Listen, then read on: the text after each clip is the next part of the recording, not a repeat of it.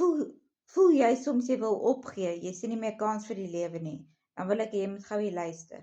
My naam is Jolandi Du Plessis, ek is 36 jaar oud, ek woon in Hartbeespoort, en ek moet nie hier wees nie mense, ek moet dood wees, of ek moet in 'n inrigting wees, ek moet nie by my volle verstand wees nie, want toe ek 3 was ek in 'n ernstige motorongeluk, en my kans op oorlewing was baie skraal. Ek het breinbesering opgedoen, en kan nie my linkerhand gebruik nie, en loop effens mank met my linkerbeen.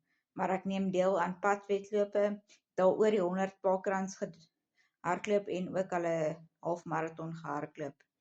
Ek wil graag 'n verskil in my gemeenskap maak en ook weer by my drome uitkom om te swat. Ek wil graag weer glo ek kan iets wees, ek kan iemand wees. En ja, so kom net vir my die woord gratis, want ek wil jou graag uitnooi na 'n gratis aanlyn klas wat ons onlangs gehad het. Ek wil ook vir jou 'n gratis gids stuur. My nommer is 076 415 5047. Ag kom aan man, ek weet jy kan jou lewe verander.